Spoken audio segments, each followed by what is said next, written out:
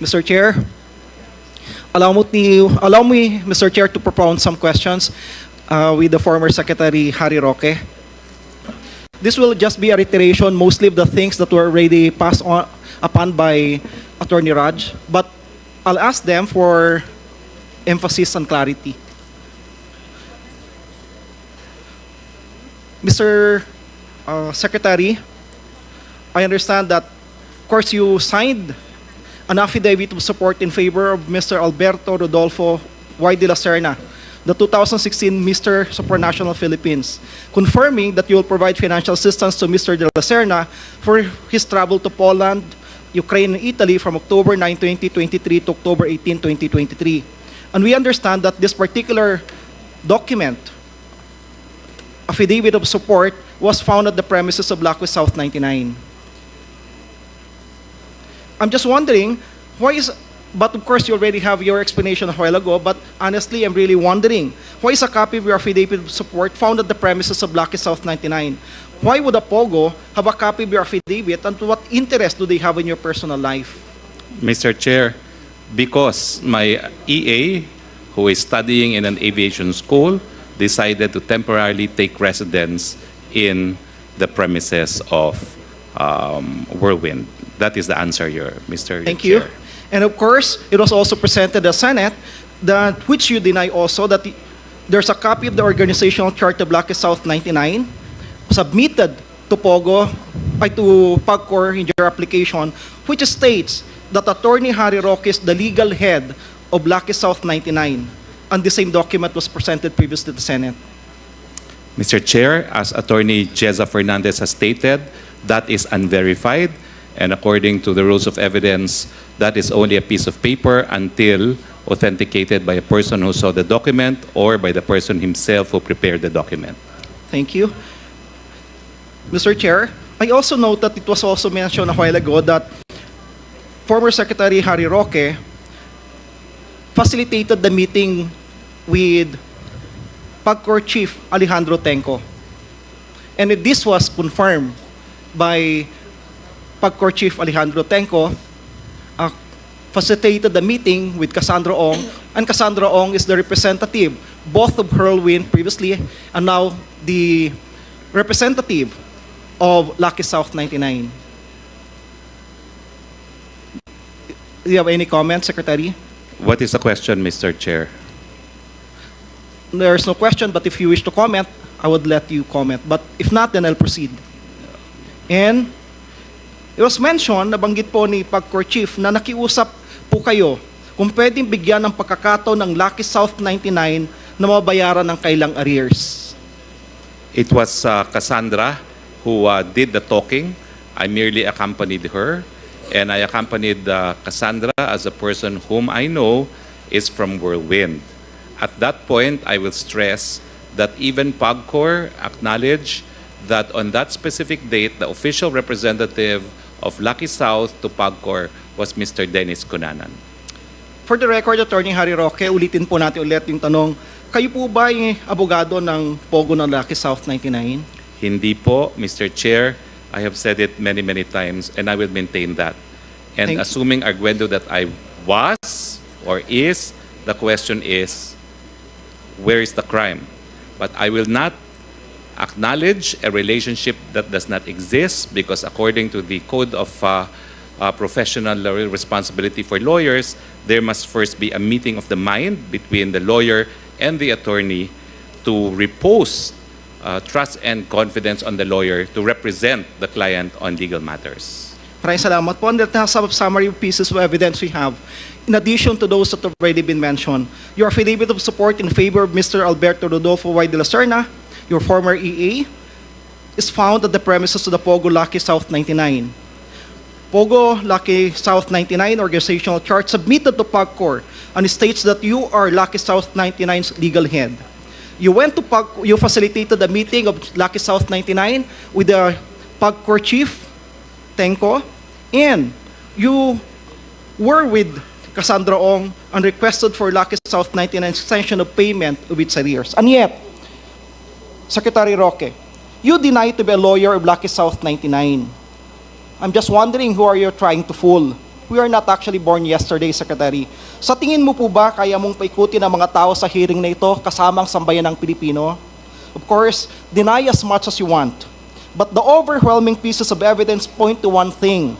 An only reasonable person, any reasonable person, will come to an unmistakable conclusion. You are part, or perhaps a lawyer, of Pogo South 99. Mr. Chair, I resent that. I am not fooling anyone. I resent that also coming from someone who was my former law student and who was my inaanak. That's not the way to treat a resource person of this House. At least when I was a member of this House, we never treated resource persons in that way. I resent that for the record, Mr. Chairman. May I ask the honorable member Kong Salo to refrain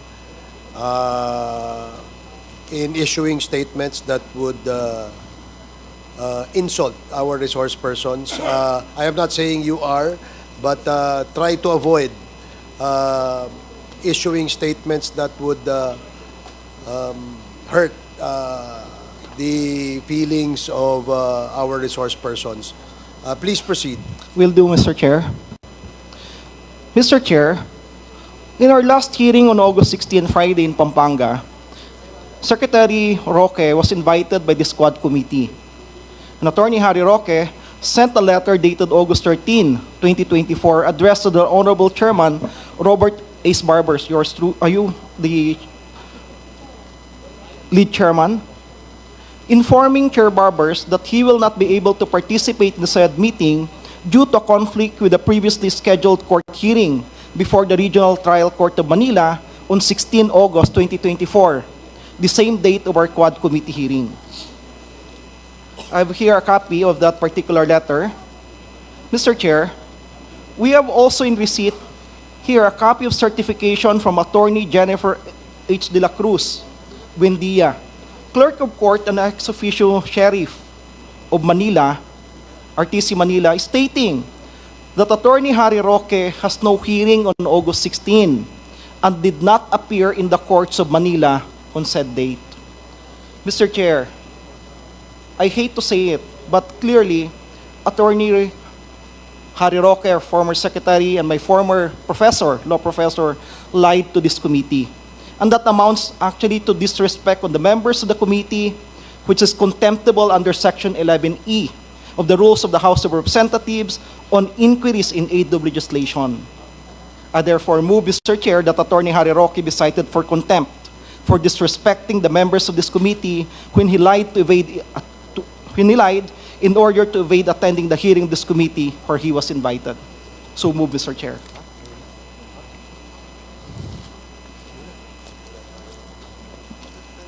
I did not quite hear what you said, Congressman Salo. Can you please repeat? Are you moving for the committee to cite Mr. Attorney Harry Roque in contempt? Yes, Mr. Chair. Pursuant to Section 11E of the Rules of the House of Representatives in aid of legislation. So Mr. move, Chair? Mr. Chair. 1 minute suspension.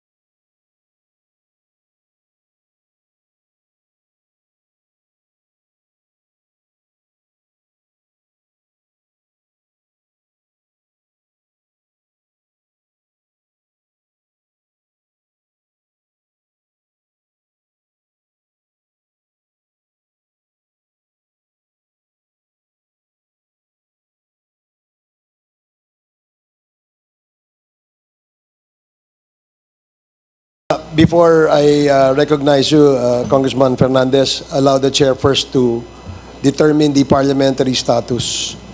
The parliamentary status is that there was a motion by Congressman Ron Salo to cite our resource person, Attorney Harry Roque, in contempt for lying before this committee when when he was invited in August 16 when the Quadcom had its first public hearing.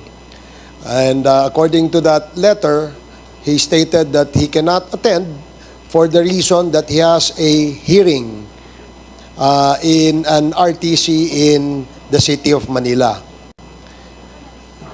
Congressman Ron Salo read the certification issued by the clerk of court of the RTC Manila, which states that the hearing where Attorney Harry Roque is a counsel was scheduled in August 15 and not August 16. And in August 16, there was a certification from the same clerk of court saying that Harry Roque has no hearing in any of the RTC of the city of Manila. That is the parliamentary status, Your Honors, and there is a pending motion by Congressman Ron Salo to cite Attorney Harry Roque in contempt for lying before this committee when he submitted an excuse to his being absent in our hearing last August 16. Now, pursuant to our rules, Section 11 of the Rules of Procedure Governing Inquiries in Aid of Legislation, it says that the committee may punish any person for contempt by a vote of 2/3 of the members present, there being a quorum. The following shall be the grounds for citing any person in contempt. In this case, as stated by Congressman Salo,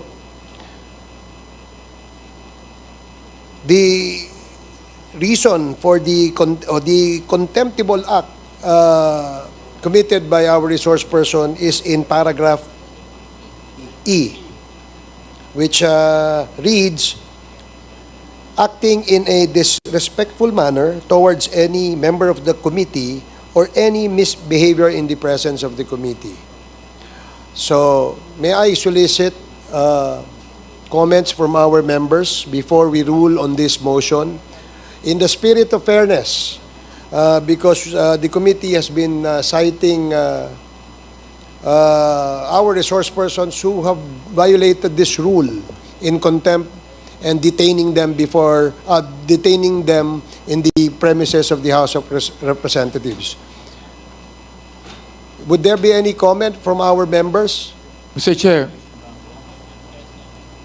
before we vote Chairman Abante? before we vote of the contempt, we would like to hear first the explanation of the reason behind his absence to this committee last year. Thank you, Your Honor. I was hoping to be given an opportunity to be heard. It was an honest mistake, Your Honor. I have also been a member of this chamber. We don't hold hearings on Fridays. So when I saw the notice of hearing, I assumed that just like the first and the second hearing where I attended, that it would be on a Thursday. And that is true, that I had a hearing both in the morning and in the afternoon. And that is why I sent that letter. By the time I realized that it was a Friday and there was in fact a hearing, it was also close already to lunchtime, and the hearing was in Pampanga. So I apologize for the honest mistake, but the truth of the matter is I have been here on Thursdays, so 2 hearings already, and I just assumed that just like in the past where we don't hold hearings on a Friday, that the hearing would be on a Thursday, as in fact today is also a Thursday. So it was an instance of okay, there's a hearing, it's on Thursday again, and I have a hearing on Thursday. That's why I sent the letter right away, not even realizing that 16 is a Friday. That was an honest mistake. Had I had any intentions not to appear, I would not have appeared today as well. But in the first two instances, and those were the two instances where I was invited, I in fact appeared.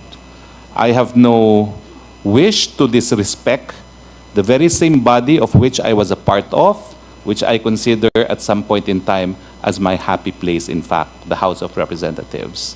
Thank you, Your Honors.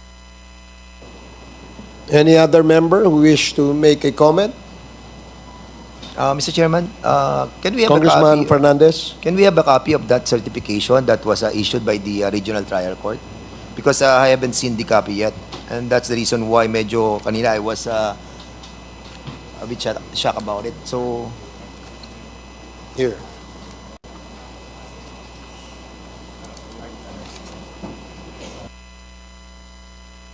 So while Congressman Fernandez is still reading the certification, Mr. Chair, Congressman Mr. Chair. Abante. I'd like to ask Secretary Roque, what is the reason for your apology? Well, it was really an honest mistake, Your So you're Honor. apologizing not for your absence, but for an honest mistake.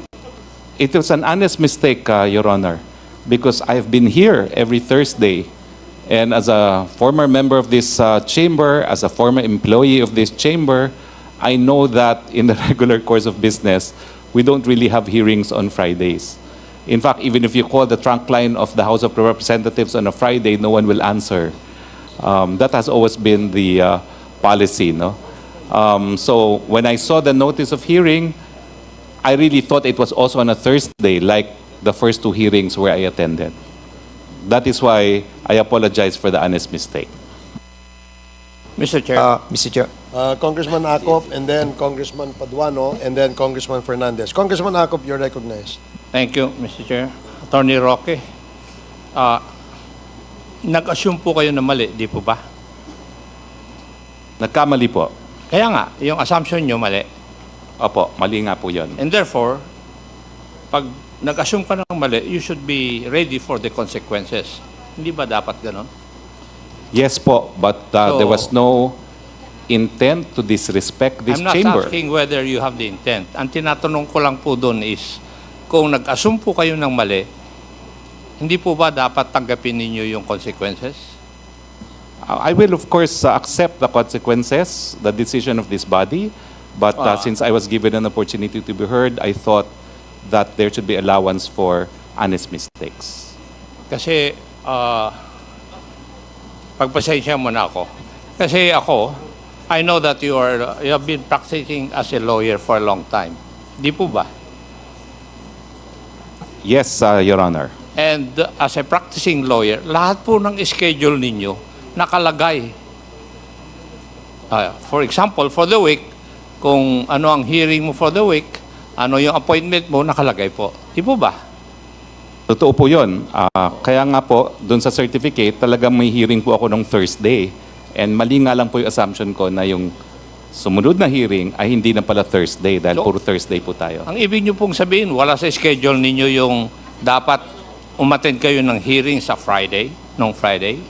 Yun nga po, nailagay ko po siya ng Thursday kasi every Thursday po yung hearing natin. Then, as it is, kayo po lahat ang may kasalanan. Wala. Opo, pero wala naman. Participation ng iba. Opo, pero wala naman pong intention to disrespect the Hindi ko chamber. po pini-question yung intention nyo. Ang pini-question ko lang, as a practicing lawyer, ang alam ko, yung mga lawyers, meron silang sinusulatan lahat ng kanilang mga schedule. In your case, kung nakalagay yung schedule na yun, dun sa, yung event na yun sa yung book of schedules, dapat alam ninyo.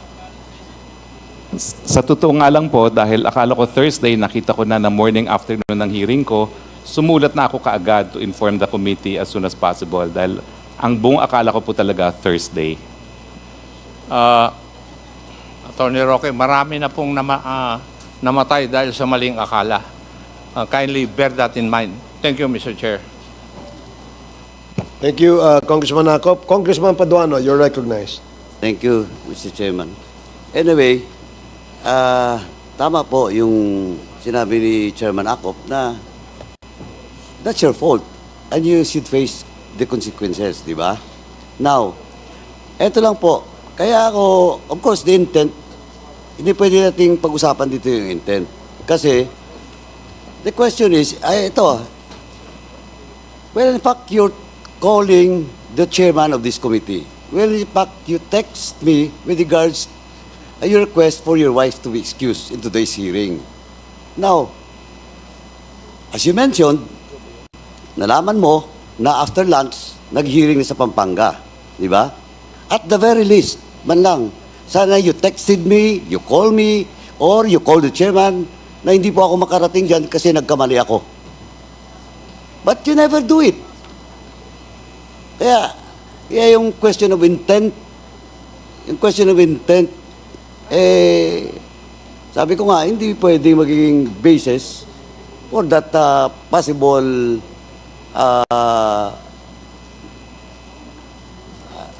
contempt, no? Na minove ni Congressman Ronsalo. Kaya ako, ang ano ko lang dito is supposedly, at the very least, again, you have texted or called us.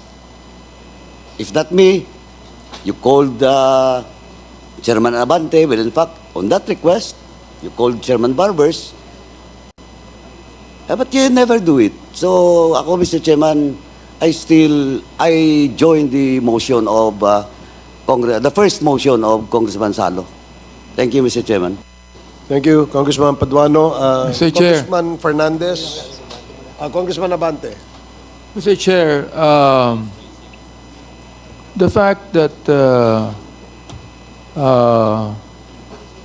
Secretary Roque appeared with us today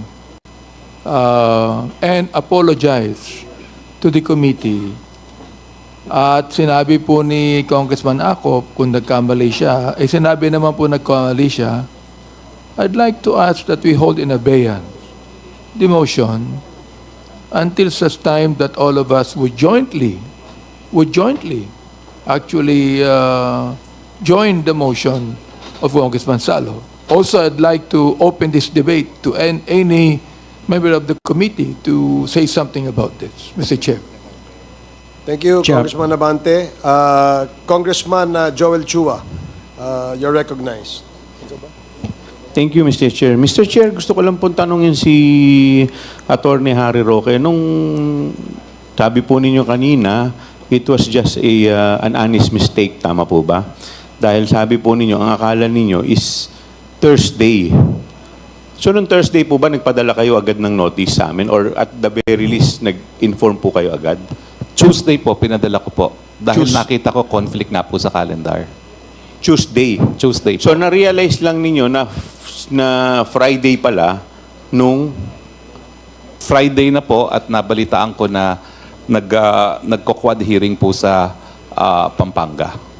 pero yung quad hearing, parang umaga pa lang po yata, may quad hearing na eh. Tama po ba? Correct po. I took the day off because I was also not feeling well last Friday. So, nung Friday po, masamang pakiramdam ninyo? Yes po. Opo. So, ano pong ginawa ninyo nung Friday, nung na-realize ninyo? Wala po ba? Dati po, sabi po ninyo kanina, na iba po sa amin, may kasabay pa po ninyo. Wala po ba kayong kahit isa man lamang po na tinext o tinawagan? Well, kasi masama din po talaga ang aking pakiramdam. And in fact, I have a medical certificate today where the doctor recommended that I should be confined in a hospital. Pero I did not consider that because I said, I have to appear now because I missed the last hearing. But I have the medical certificate if your honors would wish to see it. But my attendance here reaffirms my commitment to explain and answer all your queries because I have nothing to hide. Pero nung Friday po ba, hindi po kayo na-confine sa ospital? Hindi po. Nagpahinga lang po talaga ako Nagpahinga because lang. I had very strange feelings for the first time. It was an electric feeling in the neck. And I thought that by just resting, it will go away. Okay, so nung nalaman po ninyo na naghihiring na po yung Quadcom, wala rin po kayong na-text o wala rin po kayong ginawa nung araw na yon. Oh, nagpahinga lang po ako nung araw na yon. Okay, thank you po. Thank you, Congressman Chua. Congressman Fernandez, and then Congressman Yes, Arrogancia. thank you, Mr. Chairman.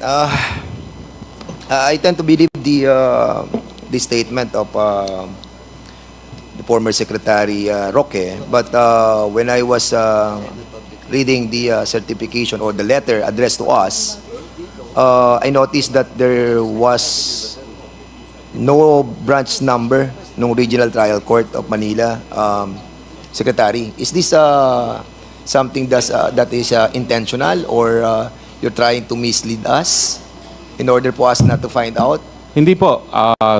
The name of the case is People versus Madriaga, and I appear as a private prosecutor. It is a case po for kidnapping But with ransom. that was on August 15, 2024. Yun nga po Thursday. So yun nga Yeah. po yung naisip ko na dahil Thursday po tayo well, as I said, wala pong And also, excuse. hindi nailagay yung branch number ng Hindi po. RTC. Pero the certificate would, I think, attest that I was in the RTC.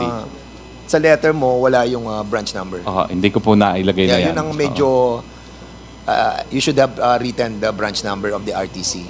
But nevertheless, with your saying his apology, but you should have sent a letter or communication to all of us. We're just a phone away, and we will understand. But personally, I will leave it to the body to decide on the motion of Congressman Ron Salon. Mr. Chair. Thank you, Congressman Mr. Fernandez. Chair, can you list me to be recognized Okay. after? Congressman Arrogancia, and then Congressman Paul Daza. Good afternoon, Mr. Chairman. I'd like to ask the good secretary, as per your letter, at inamin niyo po kanina na honest mistake ang supposed to be Thursday na akala mong hearing natin dito po sa Kongreso. At lagi niyo na pong inuulit-ulit na you were once part of the Congress and Congress is part of the, like a second home to you before. Basically, wala nagka-question sa'yo dun sa sinasabi niyong this is part of your home or you were once part of the Congress, and we know that. Ang Quadcom po, Mr. Secretary, ay hindi lang po sa invitation niyo siguro nakita. Definitely po, alam naman po siguro ninyo na meron pong hearing ng Friday kasi makikita nyo rin po naman po ito sa news, sa television, Mr. Secretary. Considering nakalimutan nyo po ng Thursday na meron po tayong hearing, halimbawa, nagkamali kayo, honest mistake, hindi po ba dapat inalam ninyo kung ano ang naging come up do sa hearing ng Thursday kung sakali halimbawang akala ninyo na merong hearing ng Thursday? Dapat po inalam ninyo na what happened sa hearing. Another thing, supposed to be Friday ang ating hearing, hindi niyo po ba inalam na yung Friday po, anong nangyari nung Thursday, and then nung Friday po, chinek niyo po ang calendar ninyo, paano niyo po ba na-receive ang invitation, Mr. Secretary? Sa email po. Sa email ko, nare-receive yan, and I receive voluminous email po talaga, no? Yeah. Mr. Secretary, sa talino niyo po, para pong katakataka na magkamali kayo simpleng schedule po ng araw ng hearing na napakahusay niyo pong abogado. Well, nangyayari po talaga yon na, Your Honor, no? Dahil lang nakita ko ng Committee on Public Order, so sabi ko, may hearing na naman. So, may hearing na naman this Thursday. So, ang ginagawa ko nga po ngayon, rini-reserve ko na yung mga Thursdays ko, and I was going to manifest, in fact, that on next Thursday, I have an international arbitration, and there I will submit the correct form already. Pero, tinitignan ko na po talaga ang aking schedule, dahil alam ko naman po matagal itong mga hearing neto. So, kumbaga po, sa korte, we also set it ahead of time. So, bina-block off ko po, tine-check ko na kung ano yung mga Thursdays na meron pong appointment. Another thing po, sabi niyo po kanina, nung nagtatanong po si Honorable Chua sa inyo na you have already a ready medical certificate from your doctor na nagpapatunay na kayo ay hindi fit ang inyong pangangatawan. Para po na pang napaka-ironic na may ready na po kayo agad na medical certificate sa pag-attend nyo ng hearing na kung halimbawa na hindi kayo talaga okay at ina-attest ng inyong doktor, hindi kayo dapat nakarating, which is sinasabi nyo na dahil gusto nyo ipaliwanag ang sa inyo, maging totoo sa committee na to, umattend pa rin kayo despite may advice po ng inyong doktor. Para sa akin po, parang pinaghandaan nyo na po na kung sakaling kayo ay magkaproblema dito sa hearing na to, may ready kayong medical certificate na ipapakita sa committee na kung sakali ay kayo excuse, halimbawa sa ganitong klaseng pag-uusap ng contempt, Mr. Secretary. Your Honor, hindi naman po ganon. Kung hindi, nag-persist po yung aking kondisyon. And I don't feel I'm on tip-top shape now. So, kaya po ako nagkonsulta talaga sa doktor din. And the advice of the doctor is, hindi na kita papauwiin because in the first place, napakabilis na iyong heartbeat and you already have a heart stent, no? Baka ka mag-collapse dyan sa house as you appear. But I explained that my wife already, who is also invited, cannot attend, so I have to go. And what I'm doing is I'm just managing. She gave me Valium para hindi daw ako ma-aggravate. But she did stress na baka mamaya tumumba ka na lang dyan sa hearing na yan. But I think it's very important that I appear today dahil I have already asked members of the committee to excuse my wife. And the least I can do is to appear despite the medical advice not to do so and to be confined. Yeah. Mr. Chairman, being part of this committee, for me, my personal observation regarding the honest mistake of the good secretary is really unbelievable. Considering na kung halimbawa na nakita niya na nagkamali siya during the Thursday na ina-assume niya na meron tayong hearing, dapat nakita na niya sa news yung hearing natin supposed to be na Thursday. Where in fact, wala naman talagang hearing. Dapat nagtaka na siya na nagtanong siya at na-check niya ang kanyang calendar na ito pala yung Friday, Mr. Secretary. Parang sa akin po, mababaw masyado yung pong kanyang dahilan, Mr. Chairman. Salamat po. Okay, thank you, Congressman Arrogancia. Next is Congressman Paul Daza. You're recognized.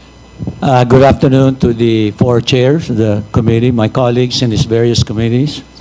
Good afternoon to our resource persons, and thank you for being here with us the whole day. Mr. Chair, I'd like to ask our former colleague, Secretary Roque, in the last Congress, has he ever participated as a resource person in the last Congress? Not in the last Congress po. Okay. In this Congress, first time. how many times have you been invited and how many times have you appeared? Well, I was invited for the 2 times I was here. I was absent for the 3rd, and I was invited for today. So this is my 4th invitation. And Your Honor. you've appeared, Query, Congressman Daza.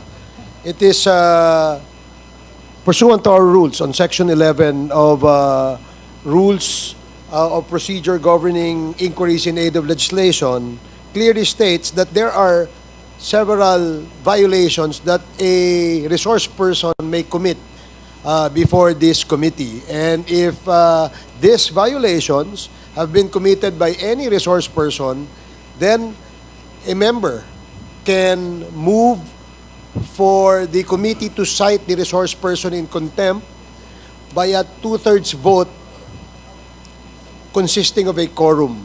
So, in this case, as clearly stated by Congressman Ron Salo, the violation, as stated in paragraph E of Section 11,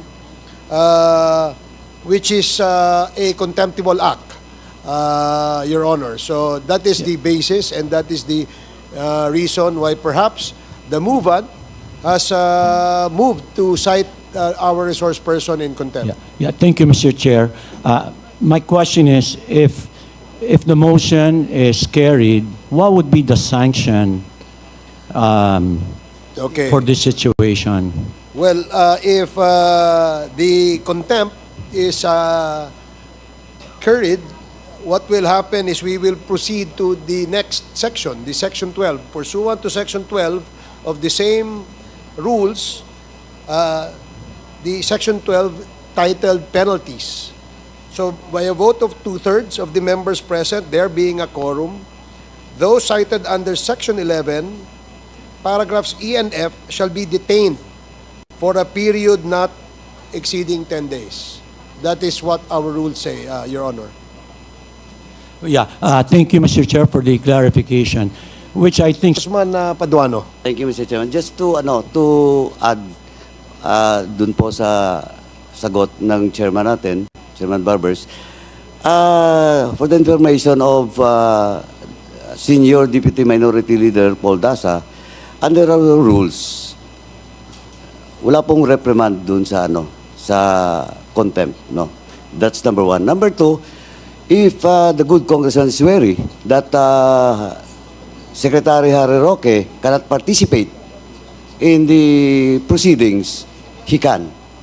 Because those resource persons cited in contempt can still participate in the hearing and in the succeeding hearings. So, may I be recognized, please? Yes, Congressman Dasa, you're recognized. Thank you. I appreciate. Congressman Paduano, are you done, Congressman Dasa? Okay, thank you, Congressman Paduano. thank you, Mr. Chairman. With due respect to the manifestation of the good SDML, giving due respect to our former colleague, we give it them. Well, in fact, but of course, that will not be an excuse for a former member to be cited in contempt because, well, in fact, for the record, we have cited in contempt Governor Mamba, a former colleague in the House. At that time, he was the elected governor. So, if that will be the case, Mr. Chairman, ang labas dito, pumipili lang tayo ng pwede nating i-cite in contempt. Diba? And kaya nga may Section 11 tayo to warn all those resource persons being invited to respect and answer truthfully the queries being raised by the members of this committee. Kaya wala tayong pinipili dito patos na just to be fair, Mr. Chairman. Thank you, Mr. Chairman. Thank you, Congressman Paduano. Mr. Chair, Yes, Congressman Abante. before we take the vote, I would like to ask Atty. Roque, being a part of this Congress before, if he believes that this committee has all the power to contempt anybody else. That is recognized, Your Honor. If you recognize that, therefore, your public apology also include that you believe and realize that this committee has the right to order you in contempt. That is recognized, Your Honor. That's the only thing that I would like to say, Mr. Chair. That's the reason why I said let us hold this in abeyance, because I'm not objecting.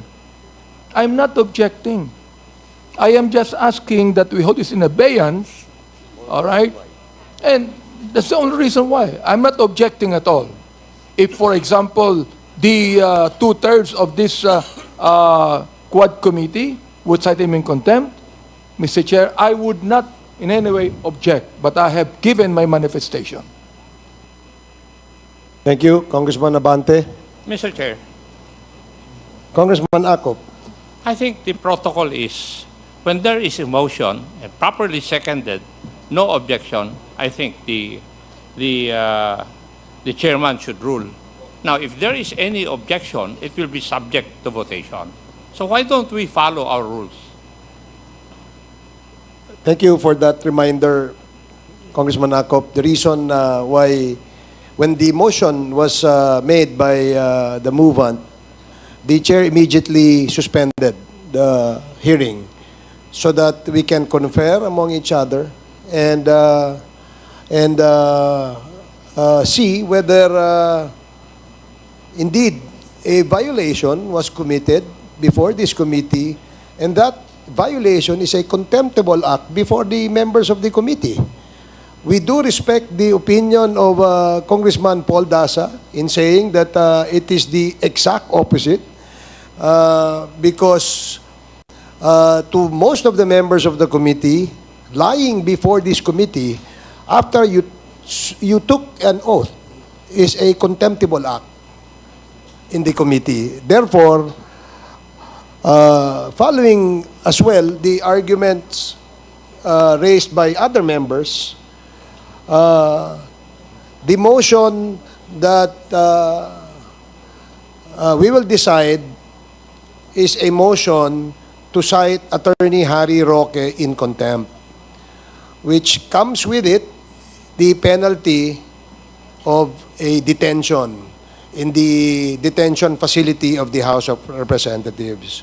Now, since there is already a motion by Congressman Ron Salo, it is now the opinion of the chair, which I hope my co-chairs would likewise follow, to vote on the motion.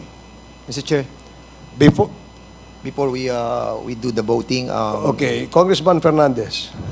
we recognize and appreciate Attorney Harry Roque as being apologetic. And as a matter of fact, Mr. Chairman, it took us so many hours or maybe minutes to discuss this motion that was moved by Congressman Salo. And we know for a fact that he is really so apologetic about to the issue that what had happened. But unfortunately, I still remember the last time that we have discussed the issue of the SMNI, Celis and Badoy was cited in contempt. And Attorney Harry Roque was so vocal about attacking our institution and every members of this House. And I wanted to ask Secretary Roque before we render our vote on this issue, because as an institution, Attorney Roque, you malign each and every member of this House by telling that we are all corrupt and we are conniving with the DPWH. And a while ago, we were discussing about it. And we are very hurtful of what you have said in that video that we have seen. As much as we wanted to accept your apology, somehow behind our minds and our hearts, there is this something that lingers in all of us, that you are being apologetic in this committee, but somehow when you are outside of this committee, bad words are being thrown against all of us. So, Attorney Harry Roque, can you somehow tell us why it is so that if you are here, you are being so nice with us, but if you are outside, it's the other way around? Can we have some comment, Attorney Harry Roque? Please. Your Honor, aside from the fact that I respect the institution where I came from, there is also proper decorum. So I have always maintained that as a lawyer, I should be in top behavior while in Congress, and that is why there's a substantial difference when one is in the exercise of freedom of speech outside and when one is before an institution like Congress. No? Well, thank you very much for contemplating, Your Honors, whether or not this committee will cite me in contempt. I will, of course, accept it because I have no choice. But, Your Honor, I would like also to emphasize that the committee must abide with its own rules. No? And for now, I would like to make a query to the 4 committee secretaries of the Quad if we in fact have a quorum as we take this vote.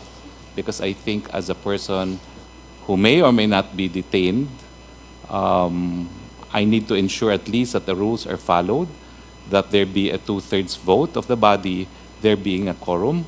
And I do not know what quorum is involved, given that there is a Quad committee now, and which is actually a first first, as far as legislative history is concerned, no, that there are 4 committees. I'm just doing so, Your Honor, because I leave my faith to you, but that faith should, of course, be in conformity with the rules. But thank you very much, Your Honors. Yeah, Mr. Chair, my question, Mr. Chair. Mr. Secretary, is that are you being truthful with all your accusations against the institution and against all the congressmen when you deliver those statements after the contempt that was issued by all of us with Celis and Badoy?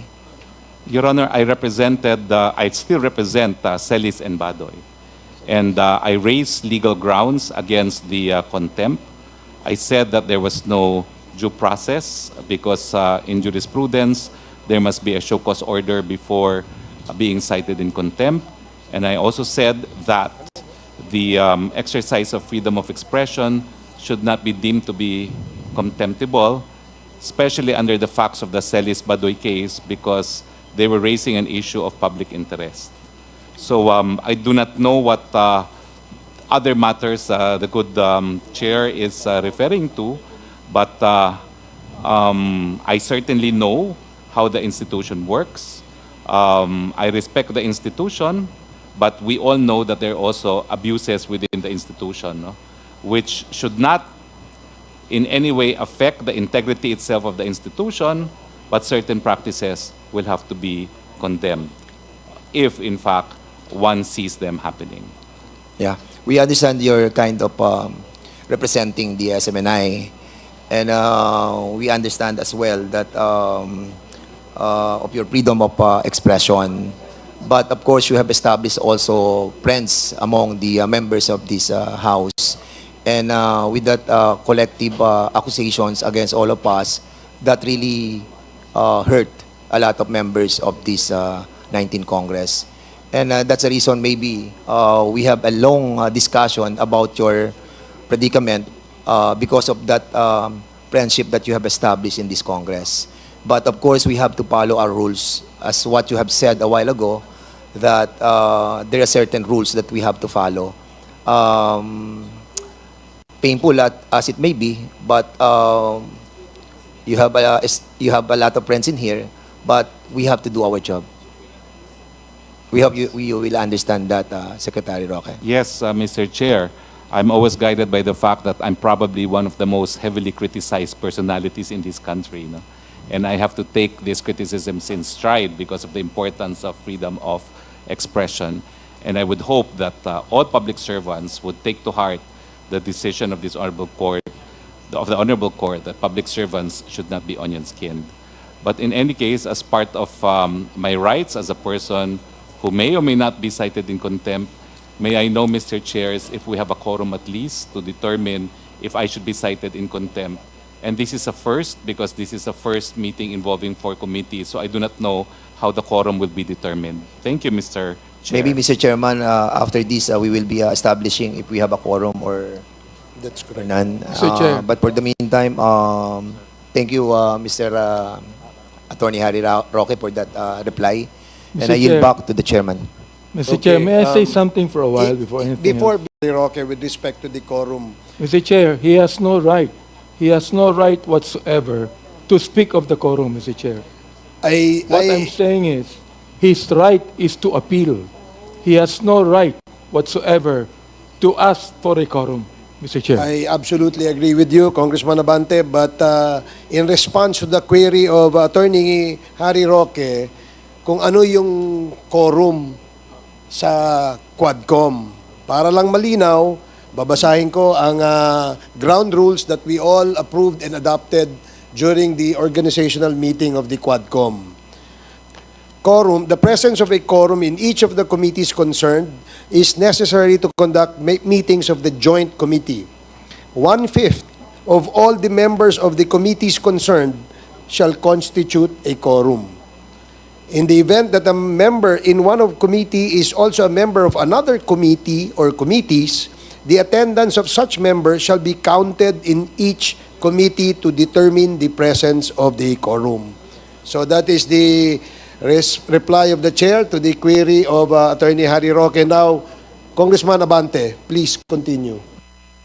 Okay, Attorney Roque, I'd like to remind you that I was the one that moved to contempt Ms. Badoy, after which, as said by Congressman Fernandez, you have maligned this institution.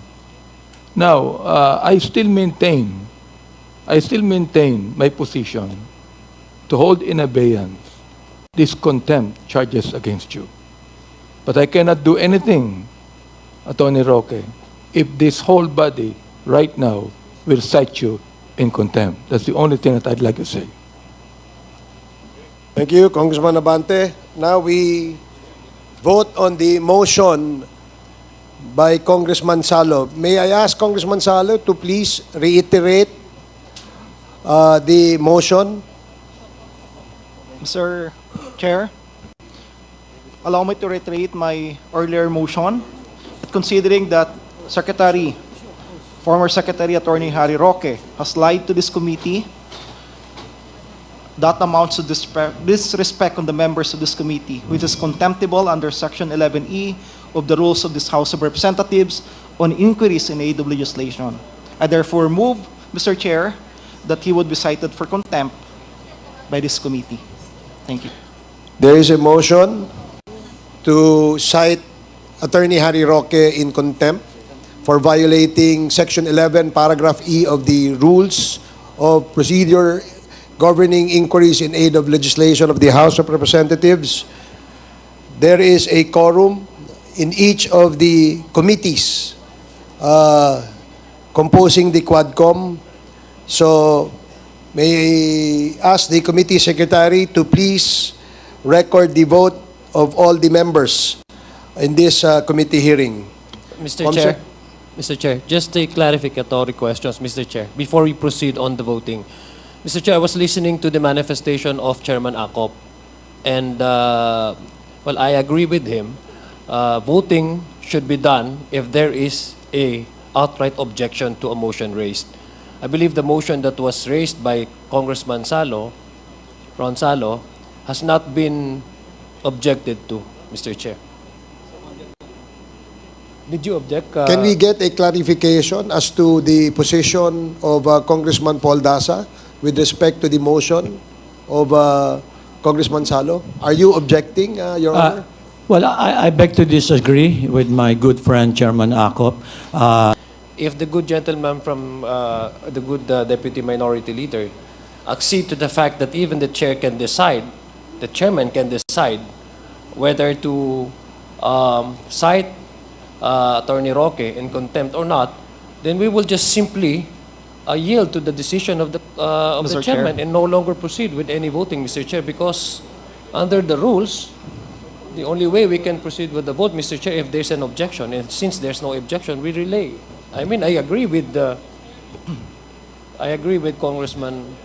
The rules states that 2/3 of the member present must agree to a motion in order that the motion will be approved and carried. Yes. So, in this case, the motion to cite Attorney Harry in contempt was properly made by the movant, and no objection was put forward, meaning it is a unanimous decision in accordance and in approval of the motion of Congressman Salo. So the motion is to cite him in contempt. So since, again, there was no objection made by any of the member present, therefore, the ruling of the chair and the members is that Attorney Harry Roque is now cited in contempt. Okay? So, again, Mr. Chair, the Mr. Chair, just a quick manifestation. I will not be questioning your ruling. I'd just like to register my vote as a no for that. motion of Congressman Ron Salo to cite Attorney Harry Roque in contempt is now approved. Mr. Chair, can Mr. I move Chairman. for reconsideration? Mr. Chairman. Let us first hear the member. The next the rule clearly states that after citing in contempt a resource person, a proper motion of the penalty must be open to the body. So is there any motion? Mr. Chair, can I move for a few minutes suspension? Okay, 1 minute suspension. So the parliamentary status is that our resource person, Attorney Harry Roque, was cited in contempt for violating Section 11, Paragraph E of our rules. And after the contempt, the proper motion is to follow Section 12, which speaks of the penalty. Is there any motion? Congressman Salo? Thank you very much, Mr. Chair. Mr. Chair, and to this honorable committee, in consideration of the fact that the resource person, former Secretary Harry Roque, is my former law professor, fellow Kabayan Party List representative, and a former member of this House of Representatives, and in consideration also of his claim for honest mistake, and of course, the apologies that he has given to this committee.